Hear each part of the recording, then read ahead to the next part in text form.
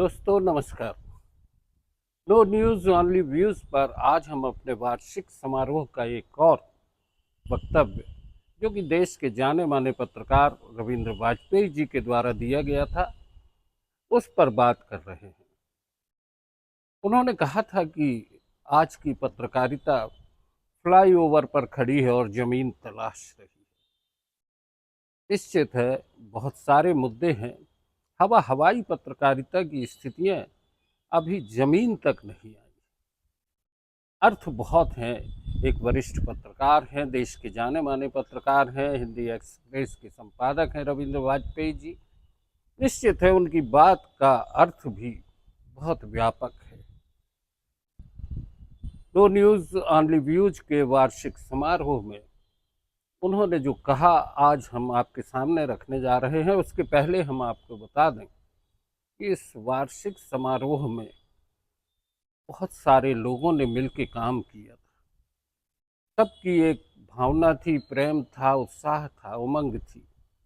एक वर्ष पूरा हुआ है नो न्यूज ऑनली व्यूज का।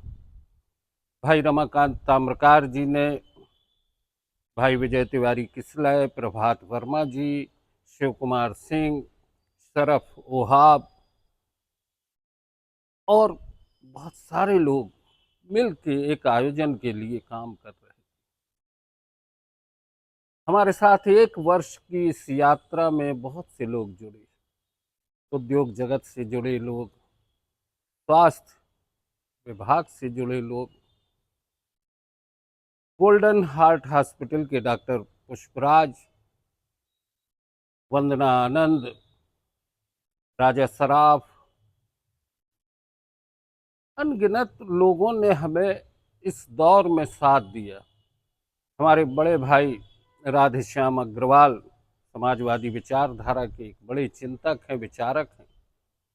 राजकुमार सिन्हा, और जैसा कि हमने बताया कि अमूल्य निधि जी और मेधा पाटकर जी ने भी अपना आशीर्वाद हमें दिया। हमारे एक वर्ष की इस यात्रा में बहुत से ऐसे पड़ाव भी आए हैं जब हम ये कह सकते हैं, जैसे जाने माने देश के गायक, सुप्रसिद्ध गायक ए हरिहरन, हेमंत ब्रजवासी जैसे बहुत से कलाकारों ने भी साथ दिया। बहुत ही जाने माने बांसुरी वादक मुरलीधर नागराज, बहुत अच्छे चित्रकार, पेंटर विनय अंबर, कई नाम हैं जिन्हें हम लेना चाहते हैं लेकिन समय की सीमाएं होती हैं। बस अब आप आइए, जैसा कि रविंद्र वाजपेयी जी ने कहा है कि आज की पत्रकारिता फ्लाईओवर पर खड़ी है और ज़मीन तलाश रही है। दोस्तों एक छोटा सा निवेदन है कि ये वीडियो देखते हुए आप हैंड फ्री या ब्लूटूथ का इस्तेमाल करें ताकि साउंड क्वालिटी आपको बेहतर मिल सके और जो वक्तव्य है वो आपके दिलो दिमाग तक अपना असर कर सके। सुनते हैं वह वक्तव्य। अब मैं आमंत्रित करने जा रहा हूं श्री रविंद्र वाजपेयी जी को। पत्रकारिता किन मूल्यों पर आधारित होकर की जाए? एक ओर धन है और दूसरी तरफ विचार है। आप रविंद्र वाजपेयी जी को जो पत्रकारिता है वह विरासत में प्राप्त हुई है। आप देश के प्रसिद्ध और मूर्धन्य पत्रकार सम्मानीय श्री भगवती धर वाजपेयी जी के यशस्वी सुपुत्र हैं। आपने पत्रकारिता के बदलते दौर को देखा है, समझा है और जाना है। वर्तमान में आप सुप्रसिद्ध शांति दैनिक मध्य प्रदेश हिंदी एक्सप्रेस के संपादक हैं। आपके द्वारा सोशल मीडिया और पत्रकारिता के बीच के अंतरालों को एक अलग तरीके से महसूस किया गया है। आप जब संपादकीय लिखते हैं उसमें हम लोग महसूस करते हैं कि युवाओं के लिए कितने गहरे संदेश आपके अखबार में छिपे होते हैं।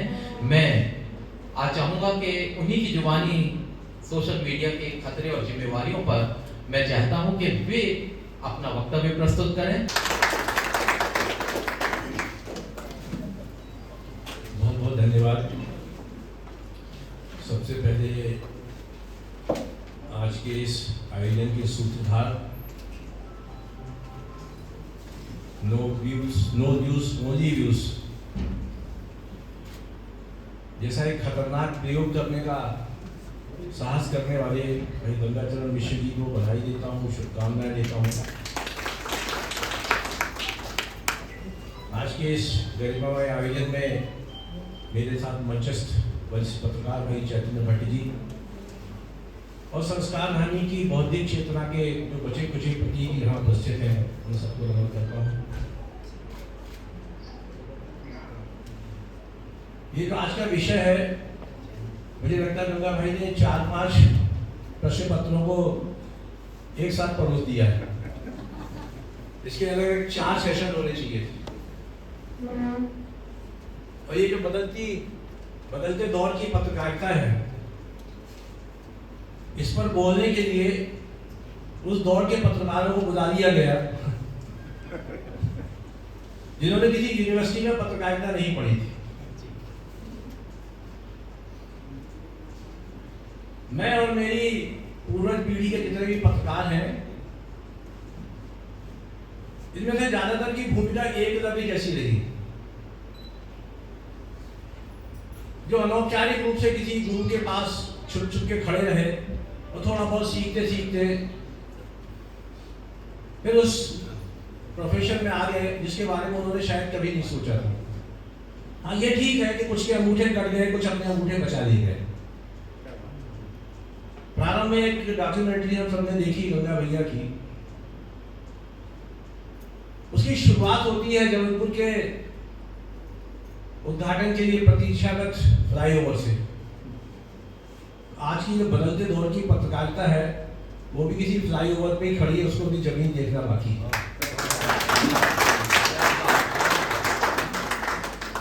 और ये जो बदलते दौर की पत्रकारिता है ना, ये ना तो मिशन के लिए है ना प्रोफेशन के लिए है। इसके पीछे एक ग्रामर छुपा हुआ है। ये ग्रामर प्रेरित है। जैसा उल्लेख हुआ, मेरी पितृ पीढ़ी के जो पत्रकार थे, मैं भी एक मित्र से कह रहा था कि तो भैया पैदल चला करो, थोड़ा वजन कम हो। तो मैंने सहज रूप से उनसे कहा कि हमारे पंडित कालिका प्रसाद दीक्षित जी का नाम बहुत उन्होंने सुना होगा।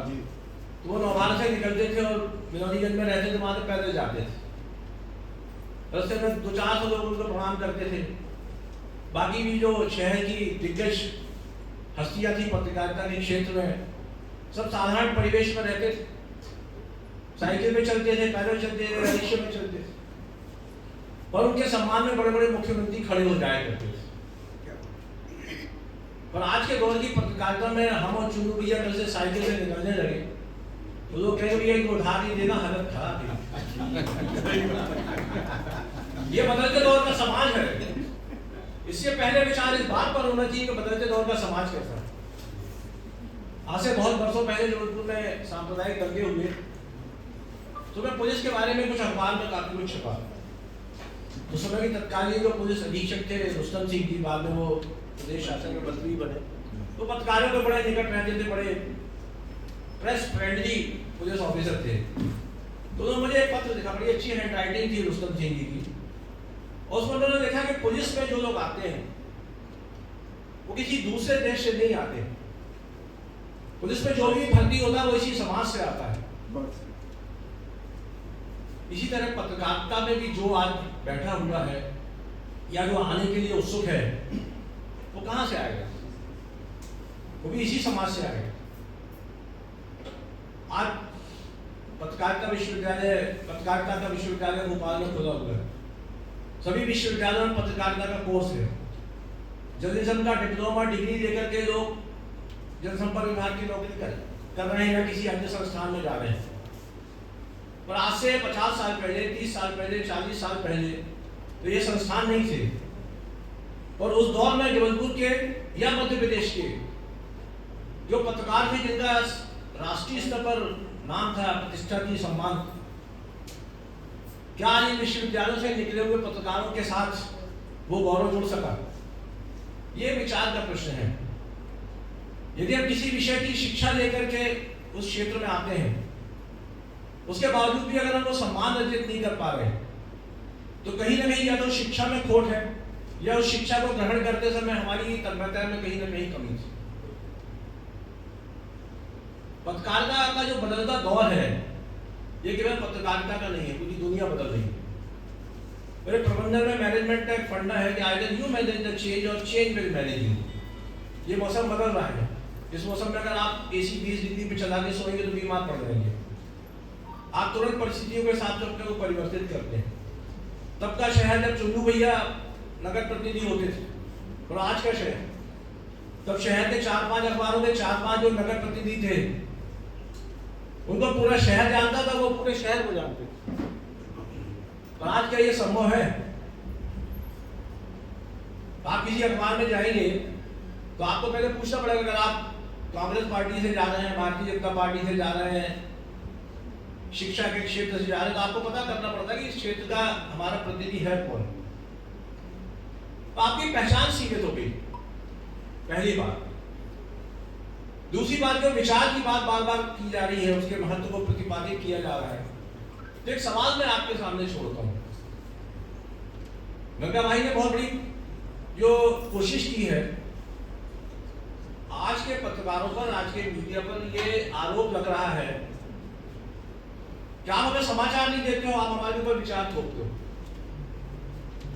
किसी को गोदी मीडिया कहा जाता है, किसी को कुछ और कहा जाता है। और आप मुझे बताइए, किसी भी चीज की विश्वसनीयता की जांच करने का अधिकार और सुविधा किसके पास है? जब डॉक्टर ने कहा कि आप ये नल का साधारण पानी पीने से बीमार हो जाएंगे, आपको टाइफाइड हो जाएगा, आपको पीलिया हो जाएगा, हम डरे। हमने अपने घर के कुएं का पानी पीना बंद कर दिया। हमने उसके पानी की भी जांच नहीं की, तब जांच करने के तरीके नहीं थे। और हमें विश्वास था कि धरती के अंदर से बाल्टी से पानी खींच के हम जो पी रहे हैं वो शुद्ध है, वो हमारे लिए नुकसान रहे थे। तो धीरे धीरे हम आ गए बॉटल पानी, हमारा भरोसा जा गया। एक रिक्शे वाला सोचता है अगर वो बॉटल पानी अफोर्ड नहीं कर सकता तो पाउच खरीद लेता 8 आने का 1 रुपए। पर हमारे पास ऐसा कौन सा तरीका है कि हम बिस्लरी की या किंगफिशर की ये बॉटल 20 रुपए की 25 रुपए की खरीदते हैं कि उसके अंदर भरा हुआ पानी पूरी तरह से शुद्ध और नुकसान रहे। किंतु जब पत्रकारिता की बात आती है तो सहज रूप से सड़क पर खड़ा एक आदमी भी टिप्पणी करने के लिए स्वतंत्र है। और जब उसे ये लगा कि इस विधान में बैठा आदमी जो है वो अपने देश के प्रधानमंत्री की गर्दन पे भी हाथ डालने का दुस्साहस कर सकता है, तो जिस तरह से AK-47 सेना के लोगों की बनाई गई थी, एक सैनिक जो है बार बार ट्रिगर खींच के 303 चलाता है, उसको एक ऑटोमेटिक गन दे दी गई, वो 1 मिनट के अंदर सैकड़ों कारतूस फायर कर सकती है। पर वो AK-47 जब किसी आतंकवादी के हाथ में चली जाती है तो कितना बड़ा नुकसान कर सकती है, इससे हम सब लोग परिचित हैं। पत्रकारिता के साथ भी यही हुआ। आप उसको सोशल मीडिया के, सोशल मीडिया के पहले भी बहुत सारे लोग पत्रकारिता में आ गए थे। और विचार आधारित पत्रकारिता जो है उसका कॉमर्स से, ट्रेड से तो कोई रिलेशन हो ही नहीं सकता। महात्मा गांधी ने अखबार निकाला, उस दौर के सारे जितने भी बड़े राजनेता होते थे सब अपने विचारों को समाज के सामने रखने के लिए कोई ना कोई एक अखबार या इस तरह का प्रयोग करते थे। कभी किसी ने आज तक ये जानने की कोशिश की कि महात्मा गांधी के अखबार का सर्कुलेशन कितना था? किसी ने ये जानने की कोशिश की वो कितने पृष्ठ का था? किसी ने जानने की कोशिश की वो कितने रंगों में छपता था? उसमें कौन कौन से कॉलम होते थे? आजादी के बाद भी ये प्रयोग चला। हमारे शहर में भी पंडित भवानी प्रसाद तिवारी एक अखबार निकालते थे। शहर के सारे साहित्यकार उस समय के बुद्धिजीवी पंडित भवानी प्रसाद तिवारी के अखबार से जुड़े थे। वो राजनेता भी थे, कवि भी थे, साहित्यकार भी थे, और इन सबको एक साथ इकट्ठा करने की जो प्रवृत्ति थी वो उस समय के समाज को प्रतिबिंबित करती थी। मैं किसी की भी आलोचना नहीं करना चाहता, किंतु आज हमारे शहर में एक भी नेता बता दीजिए जिसकी एक साहित्यिक पृष्ठभूमि के साथ हम उसकी प्रतिष्ठा कर सकते हैं। ये समाज का बदलता दौर है। आज से 50 साल पहले, 40 साल पहले, उस समय विनोबा जी शहर को संस्कार धानी नाम दे गए। क्योंकि आज हम ईमानदारी से आत्मावलोकन करें तो क्या हम कह सकते हैं कि आज भी ये शहर संस्कार धानी है? संस्कारों की जमीन तो बंजर हो गई, उसमें इतना कीटनाशक, इतना खाद रासायनिक डाल दिया गया है कि अब जो कुछ भी निकल रहा है उसमें ऑर्गेनिक नाम की कोई चीज नहीं है। पर ऑर्गेनिक जो चीज होती है वो तब भी महंगी थी और आज भी महंगी। मैंने 35 साल अपना अखबार चलाया, 4 पृष्ठ का ब्लैक एंड व्हाइट अखबार, मुझे उसको 8% से रंगीन करने में 35 वर्ष लगे, वो भी आज की व्यवसायिक मजबूरी के कारण। पर अगर आज सोचूं कि महात्मा गांधी ने कभी इस बारे में सोचा था, वो तो अपना विचार लिख करके प्रेषित कर देते थे, पर वो पढ़े जाते थे, वो आज भी कोट किए जाते हैं। उसको जैसा चैतन्य भाई ने कहा, वो एक दस्तावेज है। उस अखबार में छपे हुए आर्टिकल्स के ऊपर किताबें छप गई, उसके ऊपर रिसर्च हो गई। आज हम ऐसा शाश्वत पत्रकारिता के समाज को दे पा रहे हैं। हम लोग जब युवा थे और एक पाठक के रूप में कुछ चेतना आई, तो बस स्टैंड में ये गुरुद्वारे के पास शुक्ला की एजेंसी में दोपहर में 3 बजे नई दुनिया इंदौर का खरीदने जाते थे। उसमें राहुल बागपुते जी का संपादकीय पढ़ने के लिए, फिर राजेश माथुर जी प्रदेश से निकल के नवभारत टाइम्स के संपादक बने। पर आज प्रश्न ये है कि संपादकीय पढ़ता कौन? अगर संपादकीय पढ़ने से किसी अखबार की प्रतिष्ठा बनती तो फ्रंट पेज पे किसी बड़ी मल्टीनेशनल कंपनी के विज्ञापन की जैकेट के बजाय संपादकीय फ्रंट पेज पे छपता है।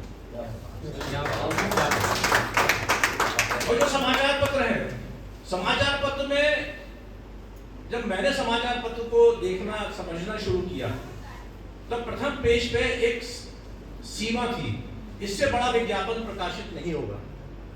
और ये सीमा जो है, ये जो कहें आपकी एक लक्ष्मण रेखा है, इसको टाइम्स ऑफ इंडिया से लेकर के स्थानीय अखबार तक इसका पालन करते थे। और अखबार खोलते हैं तो पहला फ्रंट पेज, दूसरा फ्रंट पेज, तीसरा और चौथे फ्रंट पेज से भी खबर शुरू होती है। अब सवाल यह हो रहा है कि जिस तरह से 24 घंटे के न्यूज चैनल के पास कंटेंट नहीं है, तो एक हनीमून पे गए कपल के बीच में जो दुर्भाग्यपूर्ण घटना हुई, उससे उसको खुराक मिल गई 1 हफ्ते भर की। और जिस दिन शाम को भारत पाकिस्तान के बीच में युद्ध विराम हुआ, तो बहुत बड़े बड़े न्यूज चैनल जो है कि हम हाथों पसंद के आप क्या करेंगे? ईरान और इजराइल में युद्ध विराम हो गया, आप क्या करेंगे? तो जिस तरह के कैप्सूल बने पड़े रहते हैं। एक बड़े न्यूज चैनल के पत्रकार से मेरा बड़ा निकट संबंध है, तो उन्होंने मुझे बताया कि बगदादी नाम का जो आतंकवादी था, उसको हम लोगों ने जाने कितनी बार मार के जीवित किया। बगदादी मर गया, बगदादी जिंदा हो गया, बोले वो हमारे शाम को हमारी टीआरपी बढ़ाता था। और हमारे मालिक कहते बहुत बढ़िया, आप बहुत अच्छे कि आज शाम को बड़ा चलो, बाकी सब चैनल को भीड़। दूसरी बात यह है कि अखबार के संपादक है, जैसा बहुत अच्छी बात कही, उसके संपादक से कभी कोई मालिक ये नहीं कहता कि आओ सीएम से 5 पेज का विज्ञापन लेके आओ। मैं रायपुर के एक बहुत प्रसिद्ध पत्रकार को जानता हूँ, मेरी बड़ी श्रद्धा थी उनके प्रति।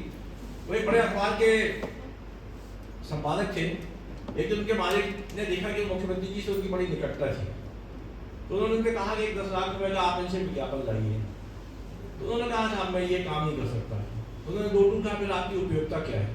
उन्होंने दूसरे ने इस्तीफा दे दिया। और मुझे ये कहते हुए संकोच है कि आज का संपादक को लगेगा ठीक है सर मैं कोशिश करता हूँ, 10 करी तो 5 करोड़ लाई दूंगा, क्योंकि उसकी मजबूरी है ये। आज जबलपुर में इतने प्रबुद्ध जन बैठे हैं, एक सामान्य ज्ञान का प्रश्न है, जबलपुर के सारे अखबारों के सारे संपादकों का नाम कोई यहाँ पूरा लिख करके बता दे तो मैं उसको प्रणाम करूँ। एक जमाने में जबलपुर के सारे अखबार संपादकों के नाम से लिखा जाता। मैं पत्रकार बनने के पहले 12-13 साल तक बैंक में अधिकारी था। मैं जब इंटरव्यू देने गया तो जनरली पढ़ा था कि पूछते हैं आपके अखबार में कोई खबर ताजी क्या है, आपने पढ़ी हो। मैं अपडेट होके गया, इंटरव्यू पूछा आप कौन सा अखबार पढ़ते हैं, बता दिया। क्या पढ़ते हैं ये भी बता दिया, कौन सी खबर पढ़ी वो भी बता दी। ठीक है, बाहर आए जब हमारे मित्र बैठे बोले भैया क्या क्या पूछा, तो हमने बता दिया उसको। वो अंदर गया, बोले कौन सा अखबार पढ़ते हो? बोले सर इंडियन एक्सप्रेस। बोले इंडियन एक्सप्रेस क्या पढ़ते हो? बोले सर मुझे उसका एडिटोरियल बहुत अच्छा लगता है। बोले उसके एडिटर कौन है? क्या सर पता नहीं। बोले खास एडिटोरियल पढ़ते हो? तो ये मनोवृत्ति बढ़ते बढ़ते यहाँ तक आ गई है, हम लोग सब सतह पे कह रहे हैं, गहराई में जाने की चिंता किसी को नहीं है, और हर व्यक्ति एक दूसरे से अपेक्षा कर रहा है। सवाल यह है कि अगर कंटेंट नहीं है, चाहे सोशल मीडिया हो, चाहे इलेक्ट्रॉनिक मीडिया हो, चाहे प्रिंट मीडिया हो, आप तो क्यों पढ़ते हो भाई? और आप वही बेकार है जिसमें 20 पन्ने हैं, जिसमें पढ़ने की चीज केवल 2 पृष्ठ की, बाकी 12 रुपए की जो भी रहती है, और साथ में उसका भी रेट गिर जाता है। आज अखबार में सिटी रिपोर्ट में भी ये दबाव है, करवा चौथ पे जाके महिलाओं को इंटरव्यू दे, वो जाकर के ये बताएगी कल महिलाएं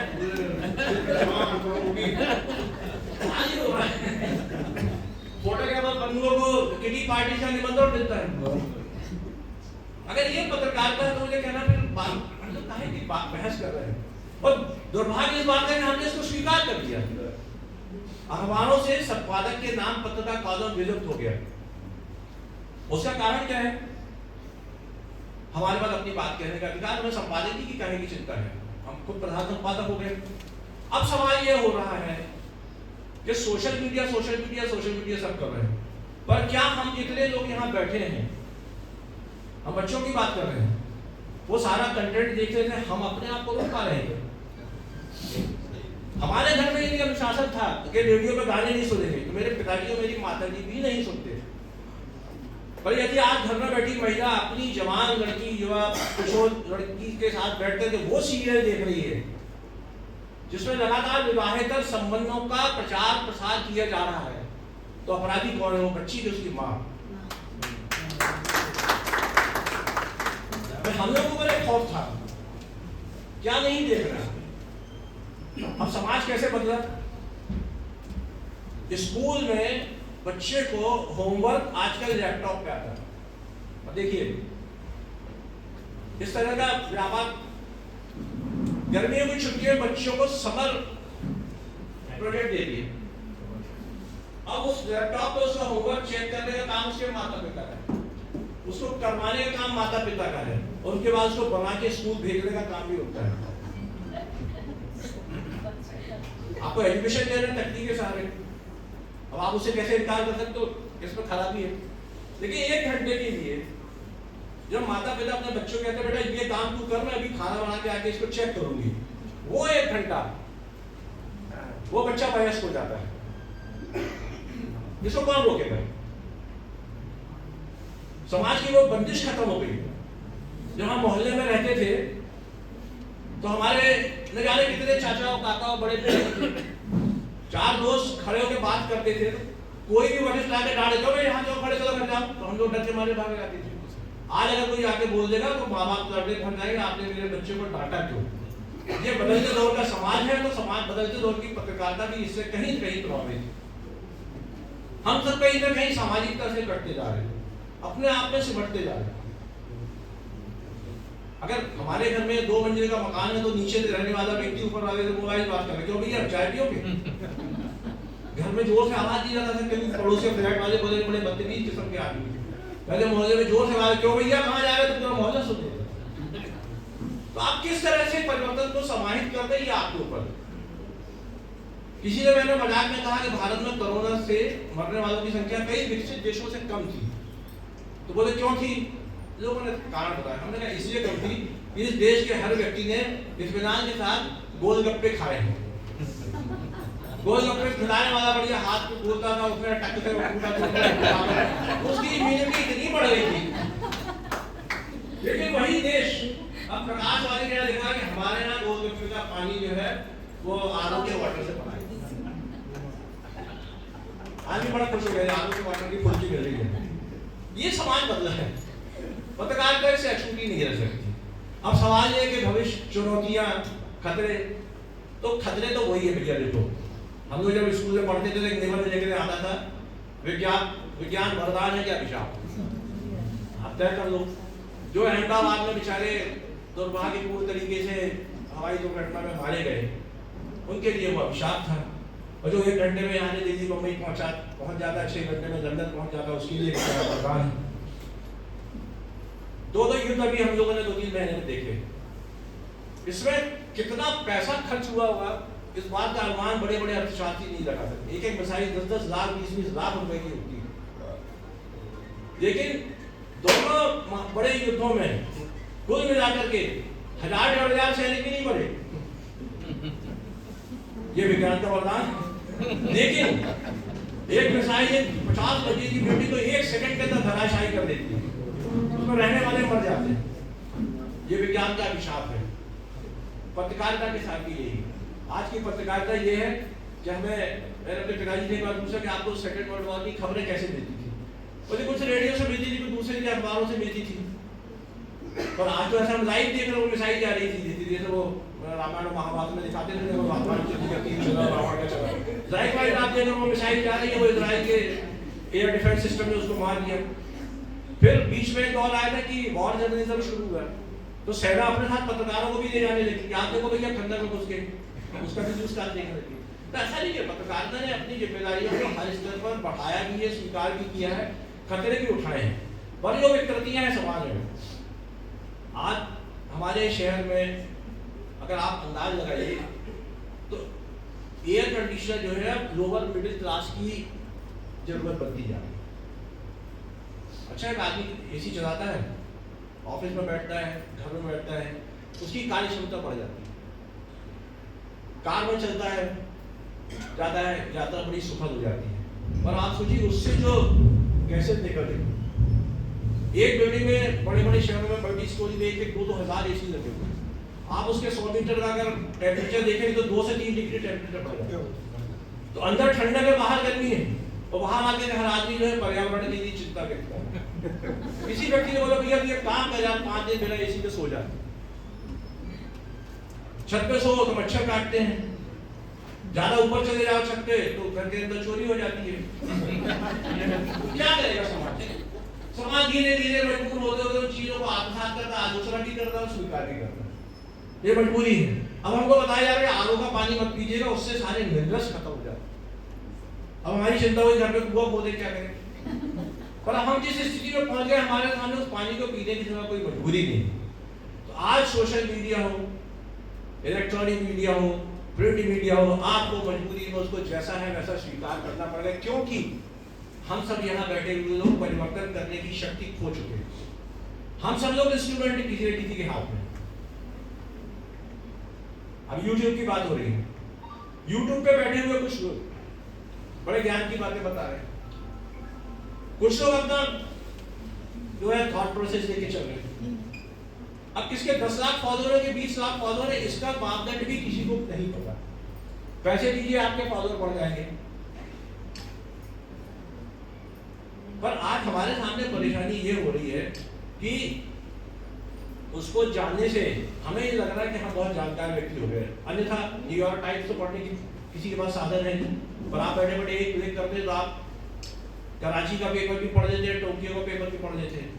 अब मान लीजिए मुझे घूमने का शौक है, अब मुझे लग रहा है कि इस आयु में, इस अवस्था में मेरे पास समय नहीं है, संसाधन नहीं है, तो मैं यूट्यूब पर ट्रैवलॉग खोल देता हूँ और किसी यात्रा के साथ अपना आधा घंटा बता दो। मुझे लगता है बड़े जीवन प्रस्तुतिकरण होता है, मैं उस स्थान की यात्रा करनी, ये उसका एक सकारात्मक पहलू है। लेकिन उसी के साथ रात में मेरी आदत है पुराने नेताओं के भाषण संसद में दिए हुए सुनता हूँ। अब एक किसी नेता का भाषण सुनते के नीचे जो कंटेंट डाला है यूट्यूब वालों ने, वो किसी अश्लील वीडियो में डाल दिया। अब वो ये जानता है कि मनुष्य की कमजोरी कहाँ पर है। ऊपर किसी बाबा का प्रवचन है, नीचे कुछ जो है दूषित सामग्री है, उसमें चयन कर रहा है। ये जो नीचीर विवेक की बात हम सब लोग करते हैं, ये चीजें समाज में जागृत हो जाएगा, उस दिन ये विकृति खत्म हो जाएगी। आज व्हाट्सएप में बहुत अच्छी चीज है।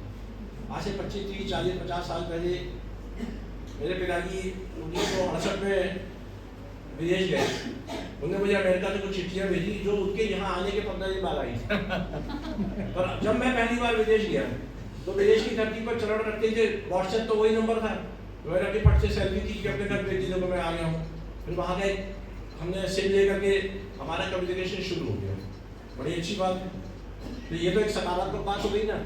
पर अब इसके साथ जो जुड़ी बातें हैं उसका परहेज करना, उसका निषेध करना, वो तो मेरी जिम्मेदारी। हम अपने बच्चों को मोबाइल देने नहीं रोक सकते, ये उपदेश की बात है। उसका कारण ये है, एक बच्ची कोचिंग में जा रही है, आपको उसको मोबाइल देना पड़ेगा सुरक्षा के लिए, किसी खतरे में पड़ती है, नंबर दबाती तो पुलिस को जाता है, आपको आता है, वहां उसकी जरूरत है। पर उसके आगे के ये देखिए कि वो जब जिद करती है कि मुझे तो एंड्रॉइड फोन चाहिए, तब आप उसको समझा सकते हैं कि नहीं, ये वहां आपकी जिम्मेदारी है, वहां आपकी समझाने की शक्ति इस पर निर्भर है। आज व्हाट्सएप पे सुबह उठते कहीं पे तो पूछते भैया हमने आपको व्हाट्सएप मैसेज भेजा था, आपने नहीं देखा, हमने कहा कहां से देखा, 2-3 हज़ार आते सुबह। अब कल वाली महाशिवरात्रि तो 3-4 हज़ार शंकर के आएंगे।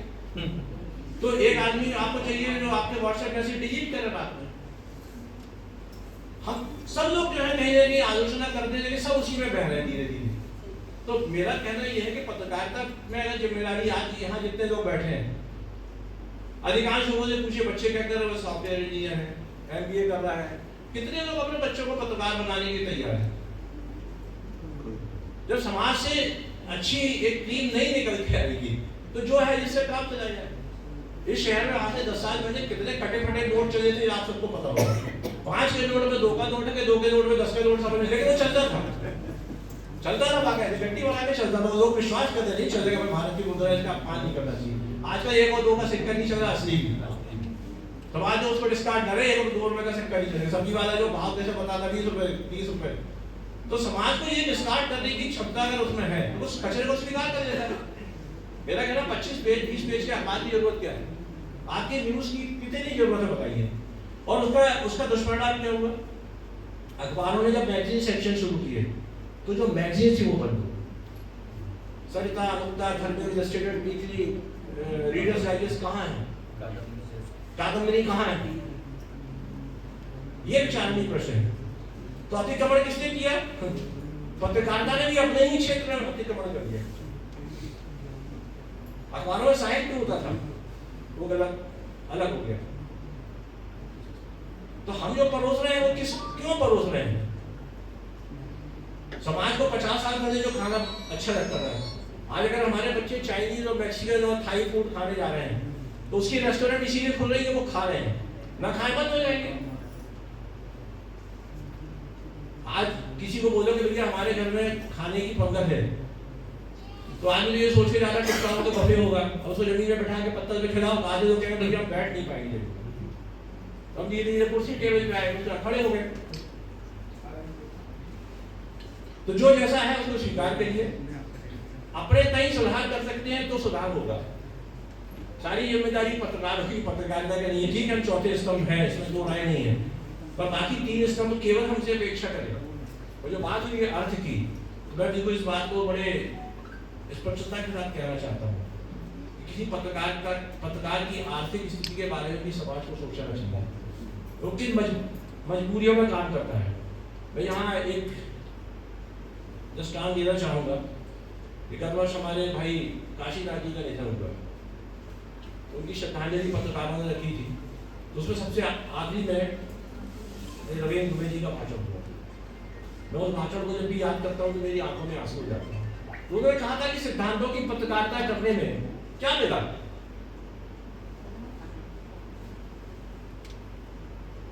एक हमारे पास सम्मान तो मिलता था, अब तो वो भी नहीं है। बाद में आदमी क्यों करेगा? एक 8वीं 10वीं क्लास में पढ़ने वाला बच्चा पैकेज की बात सोचने लगा। आज बताइए, IIT के पढ़े हुए लोग, बहुत सबसे इंटेलिजेंट लोग होते हैं IIT दुनिया के प्रतिष्ठित संस्थानों में से, वहां से पढ़ के निकले बच्चे IAS की परीक्षा पास करके, IPS की परीक्षा पास करके इस नौकरी में क्यों आते हैं? जिनके ऊपर देश करोड़ों रुपए खर्च करता है इनको टेक्नोक्रेट बनाने के लिए, क्योंकि उन नौकरियों का जो आकर्षण है किसी सॉफ्टवेयर कंपनी के इंजीनियर से कई गुना ज्यादा है। उसके जो और अंतर्निहित फायदे हैं उनकी चर्चा मैं नहीं करना चाहूँगा। आज पत्रकारिता में जो लोग ये सोच के आते हैं कि इसमें बहुत कुछ है, उनके हाथ में निश्चित रूप से निराशा रहती है। लेकिन जो ईमानदारी से पत्रकारिता करने की आया, जिसने पत्रकारिता को अपना ध्येय बनाया, मिशन बनाया, जिस सोचता मैं इसमें कैरियर बनाऊंगा, उसको यदि प्रोत्साहन नहीं मिलेगा समाज से, वो पुरस्कृत नहीं होगा, वो सम्मानित नहीं होगा, तो मुझे डर है कि आने वाली पीढ़ी जो है उसमें पत्रकार ढूंढने से भी नहीं मिलेगी। आज हमारे शहर में प्रेस फोटोग्राफर्स हैं, इतनी मेहनत करते हैं ये लोग, इनको फोटो जर्नलिस्ट कहाँ जाने लगा, एक नया नाम दे दिया। और भी भाई नितिन पोपट जी की डेथ हुई 4 दिन पहले, क्या मिला नितिन पोपट को? उसको मध्य प्रदेश सरकार अधिमान्यता की भी नहीं दे पाई। तो आज इस तरह की परिस्थितियों में जो पत्रकार है, तो आप उस पत्रकारिता की चर्चा करना बंद कर लीजिए, दिल्ली बम्बई में बैठ करके होती है। पत्रकार वो जो जमीन में काम कर रहा है, जो तहसील के स्तर पर काम कर रहा है, जो गांव के स्तर पर काम कर रहा है। पर दिक्कत यह है, आज जो स्टिंगर्स मीडिया में काम कर रहे हैं, गंगाचरण जी ने किया है, वो यहाँ से न्यूज भेजता है, चैनल्स को रिजेक्ट करता है, हमारे किसी काम की। आज जो स्टिंगर काम कर रहे हैं चैनलों के बड़े बड़े, जिन चैनलों का करोड़ों अरबों रुपए की रेवेन्यू है, वो अपने स्टिंगर्स को पैसा नहीं दे रहे। तो भैया तेरे को माइक दे दिया, तो अपने खर्चे निकालो। जब उसको ये कह दिया जाता है प्रतिष्ठान की तरफ से, तो क्या करेगा? हमारे पास स्वतंत्र लेखन की क्षमता है, पर मजबूरी क्या हम उसको कहाँ उपयोग करें उसको? ये देखिए एक सोशल मीडिया बचता है, तो सोशल मीडिया में जो है आधे से ज्यादा लोग अपनी भड़ास निकाल रहे हैं, हमारी जो कुंठा है वो निकल रही है, आलोचना के लिए आलोचना कर रहे हैं, प्रशंसा के लिए प्रशंसा कर रहे हैं, या फिर थोड़ा बहुत हमारे अंदर जो ईश्वर प्रदत्त ज्ञान है उसकी अभिव्यक्ति हम कर देते हैं। वो सोशल मीडिया किसी चैनल पे नहीं चल रहा, उसे भी अब सोशल मीडिया है ही नहीं। सोशल मीडिया नहीं, आप क्यों सोशल मीडिया का नाम देते हो? वो तो बैठे बैठे अपने जो गांव में चौपाल जैसी लगती थी, क्या भैया सावन का महीना कोई काम धाम है नहीं, खेती बाड़ी है, चलो बैठे गपशप मार रहे, तो इस तरीके की गपशप करो। हाँ, उससे फायदा ये होगा दूर दराज बैठे हुए आदमी से हमारा एक जीवन संपर्क हो जाता है। तो बदलते दौर की पत्रकारिता, आने वाले खतरे, आने वाली चुनौतियां, ये सब जिस तरह से पैदा हुई है उसी तरह से समाज से निपटेगा। सीधी सी बात है। नर्मदा को स्वच्छ रखने की बात सभी करते हैं, नर्मदा को गंदा करने में भी सभी का योगदान है। जिस दिन सब लोग तय करेंगे हमें नर्मदा को गंदा नहीं करना, उस दिन किसी सरकार की जरूरत नहीं पड़ेगी। यदि नर्मदा को स्वच्छ करने के लिए हमें दोबारा कोरोना को बुलाने की जरूरत है, तो फिर इस देश का भगवानी मालिक है। बात बहुत लंबी है, जैसा मैंने शुरू में कहा था कि विषय भी ऐसा है, इसके ऊपर तो कई सेशंस होना चाहिए। और मैंने गंगा भैया ने कहा था कि इस तरह की बातें कभी हो तो बजाय मंच में 4 अतिथियों को बुला के बैठाने के, हमें एक राउंड टेबल लगाना चाहिए, 10-25 जिम्मेदार लोग बैठ के इस पर चर्चा करें, तो उसमें से जो विचार निकलेगा उसका यदि संग्रह मुझे लगता है वो उसका विस्तारीकरण अगर समाज में हो कहीं ना कहीं तो बात बढ़ेगी। और रही बात ऐसी कि हम क्या कर सकते हैं क्या नहीं कर सकते, तो मुझे लगता है कि इस हॉल में जितने लोग बैठे हैं, एक जमाने कॉफी हाउस की सेंटर टेबल से जबलपुर के आंदोलन खड़े होते थे, दूसरे दिन जबलपुर में आग लग जाती थी, शहर जो है जाग उठता था। अब वो सेंटर टेबल खत्म हो गई, कॉफी हाउस का स्वरूप भी बदल गया, समाज को उसको स्वीकार कर। कभी किसी ने कॉफी हाउस वालों से जाके कहा कि नहीं ये पुराना कॉफी हाउस ज़्यादा अच्छा था, वहाँ के साधारण कपड़े बड़े अच्छे थे, वो कुर्सियाँ बड़ी अच्छी थी। तब तो ठीक है, जो परिवर्तन के साथ सब बदल गया, कॉफी हाउस अपना होटल भी बना दिया। उसी तरह से धीरे धीरे सब बदलता चला जा रहा है। आने वाले समय में क्या होगा इसको कोई नहीं पता लगेगा। क्यों? हमारी पीढ़ी ने जो परिवर्तन पिछले 50 साल में देखे, वो ये पीढ़ी अब 50 महीने में देख रही है, और अगली पीढ़ी 50 दिन में देखेगी। आज एक मोबाइल खरीदते खरीदते बच्चा बात करने लगता है कि अगले मोबाइल में इतना जीबी का वो है, इतना वो है, इतना वो है। तो आप सोचिए कहाँ जा रहा है।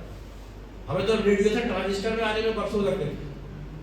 तो क्रांति जो है ना वो केवल विचारों से नहीं होगी, आर्थिक क्षेत्र में भी हो रही।